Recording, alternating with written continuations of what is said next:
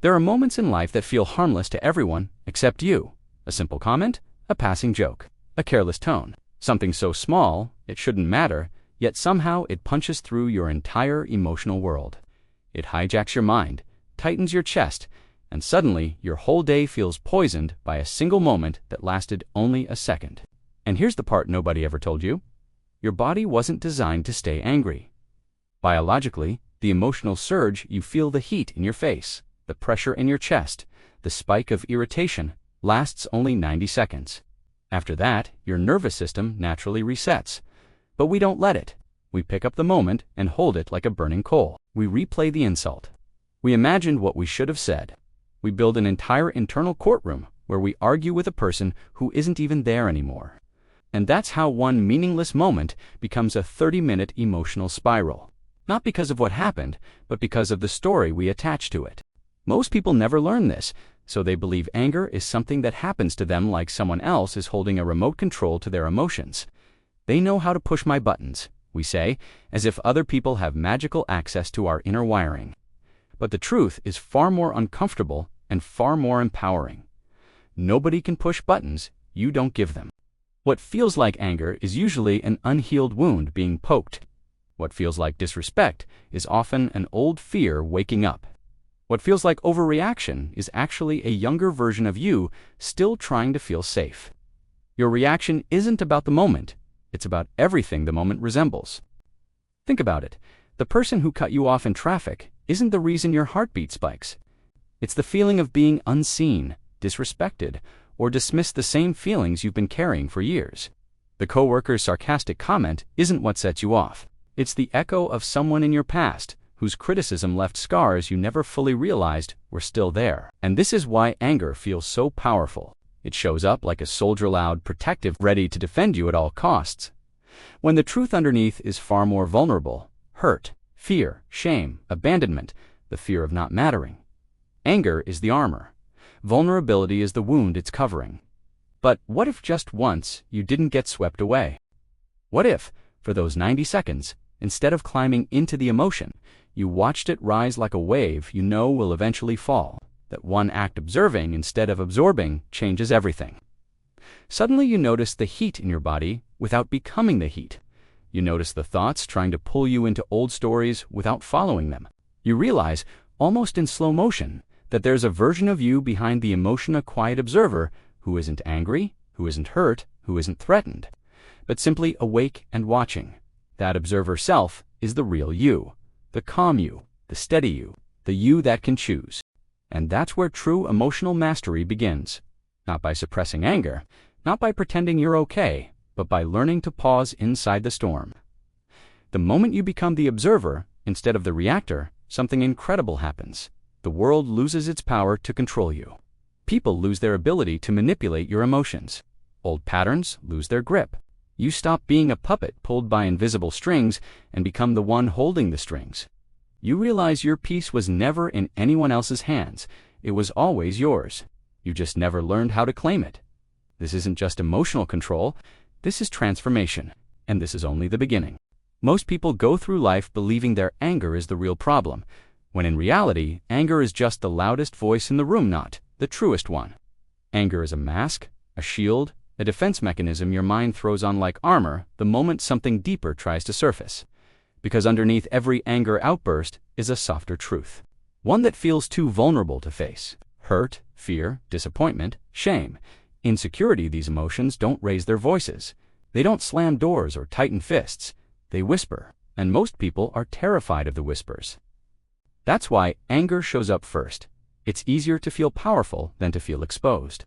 It's easier to say I'm angry than to admit I feel forgotten or I feel unimportant. And so anger volunteers itself as the spokesperson, taking the blame, taking the spotlight. Shielding the softer emotions you didn't grow up feeling safe enough to express. Think about the last time you exploded in anger. Was it really anger? Or was it the sting of not being appreciated? The fear of being misunderstood? The ache of feeling invisible when your partner forgot something important? You lashed out. But was it anger? Or was it the quiet belief that you're not a priority? When your friend spoke over you, your temper flared. But underneath, was it really fury?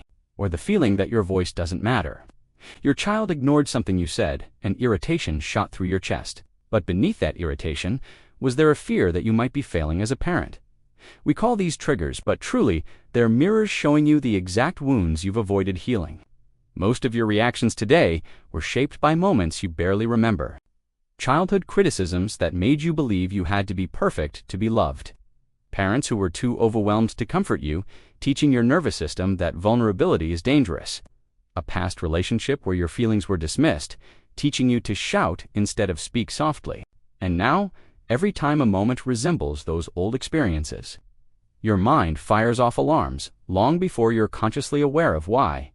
You think the emotion is about the present, but your body is replaying the past. This is why emotional mastery doesn't start with controlling anger, it starts with understanding it, because anger is never the first emotion. It's the final reaction.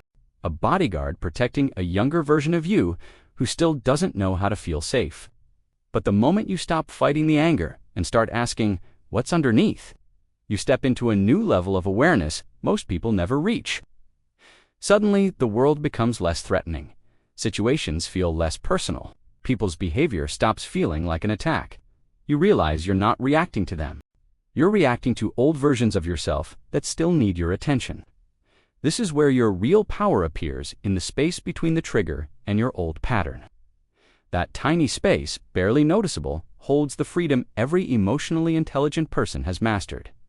The ability to pause, to breathe, to observe, to choose, to say, wait, what is this emotion actually trying to protect?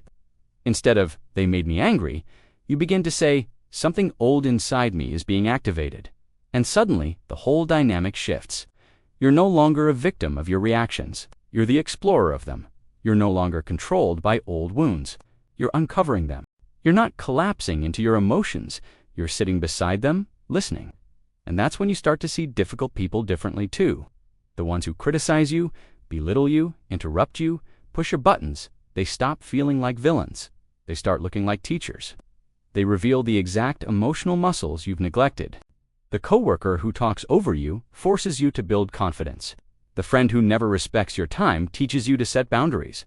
The partner who shuts down during conflict shows you how to express your needs clearly.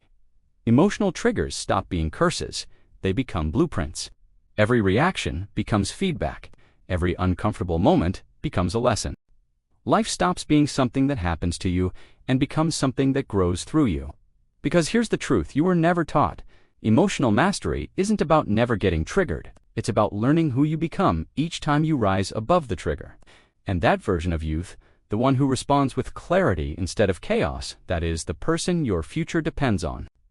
There comes a moment in every emotionally overwhelmed person's life where they finally realize they can't keep living like this, reacting, exploding, shutting down, carrying other people's moods like a backpack full of stones, letting every tone, every comment, every misunderstanding take pieces of their peace. And it's usually in the quiet moments, those late-night reflections, when the world is silent and your mind is honest, that you understand something life-changing. You're exhausted not because life is hard, but because you've been carrying emotions that were never yours to carry. You've been absorbing other people's chaos, reacting to other people's wounds, living inside stories your mind wrote based on fears you never examined. And this exhaustion becomes the turning point. This is where emotional mastery begins, not with strength, but with awareness. Not with control, but with clarity.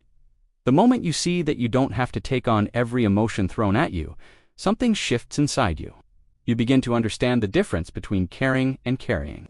You can care deeply without carrying someone else's anger. You can love someone without drowning in their emotional storms. You can support someone without abandoning yourself. This is compassionate distance, the ability to be present without losing yourself in the process. And once you learn it, relationships feel lighter, conversations feel healthier, and your own mind feels safer.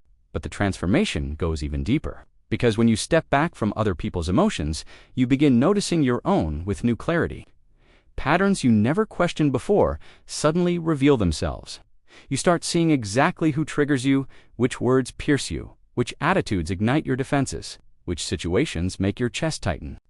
And instead of feeling overwhelmed by these patterns, you begin mapping them like landmarks on a map, landmines you can finally avoid instead of stepping on unconsciously. You learn that certain tones remind you of past criticism. Certain silences remind you of childhood neglect. Certain behaviors echo old wounds you never healed. And as you identify them, something miraculous happens. Triggers lose their power.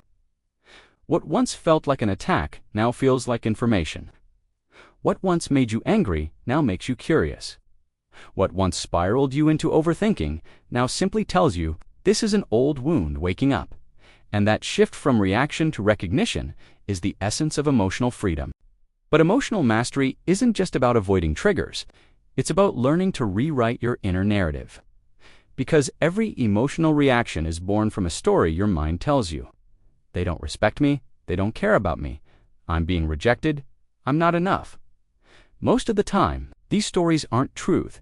They're interpretations built from old pain. The moment you question the story, the emotion loosens its grip. You start realizing that maybe the person wasn't ignoring you, they were stressed.